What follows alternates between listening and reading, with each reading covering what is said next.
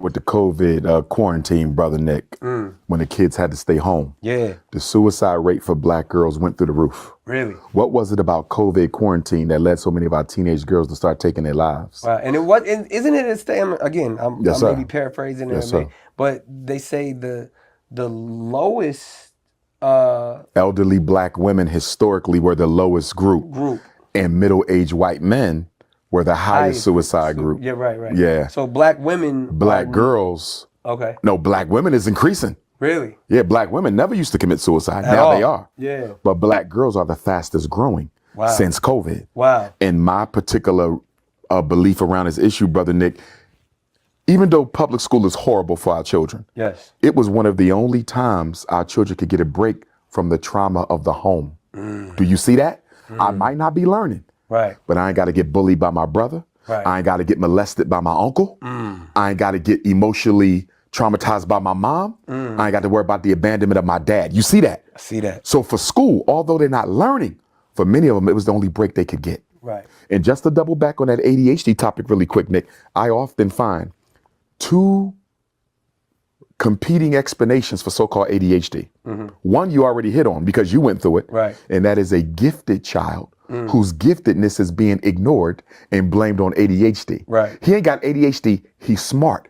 And the curriculum ain't challenging him. Right. That's why he hyper and inattentive, because he's bored. Right. The other one, brother Nick, is a child who comes to school dealing with emotional problems from home and can't focus on the work because I'm reliving the trauma of the house. Right. So now we got these teenage black girls committing suicide. And one of the reasons why they're committing suicide is the fatherlessness has made them vulnerable to so many types of abuse and exploitation that they take in their own lives. Right. All right, let's go ahead and get into the first part of it, trauma in the house. We'll go ahead and start with you, Kenny P. What were your thoughts about this, sir? Listen, despite Umar and his other antics, if you go and stat check the facts, he's pretty much on point. And it just shows that something I pointed out in a prior show about us not healing from trauma, if you're talking about our community, is very high. Then you put us in enclosure where we have to stop because we're always on the go and assess and look in the mirror. A lot of people don't like what they see. And then the problems that they had, now they come to full fruition and they have nowhere else to escape it. A lot of people go to work and just keep their problems, behind and stuff like that. But then you don't have no movement.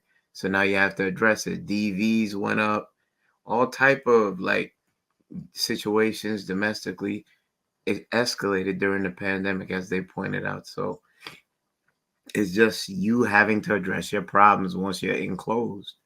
And the stats are there to prove it. I digress.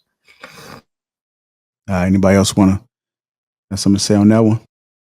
Yeah, and I agree with Kenny, and I know often these type of conversations we kind of bump heads on, but I absolutely agree that we aren't creating the spaces that we need for our people to heal. And I think a big part of that is the fact that we continue to regurgitate the same information and thoughts and perspectives that is literally influencing us in a negative way. There's I understand that there are terrible things that happen inside the Black home, but that happens because everybody is in a painful environment. They're holding on to painful shit. So if they're holding on to painful shit, they're in a painful environment and they're going on the internet, they're hearing people talk about things that's not going to uplift them and give them hope, then there is no hope. You're just going to be stuck in this constant cycle that you'll never be able to get out of. So that's a big reason why I stand so strong on giving people information to get out of those ruts, to not allow for your mindset, because your mind creates everything.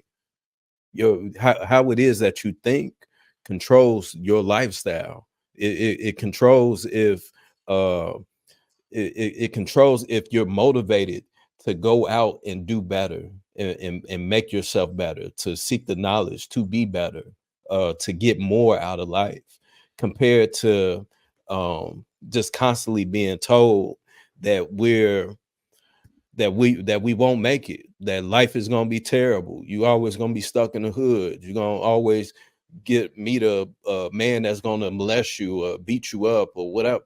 If we speak more life into people, if our homes create more life, even though they are destroyed and in trauma, but if we create more life and speak that into people, I think that we would see a much greater change than what we've been seeing.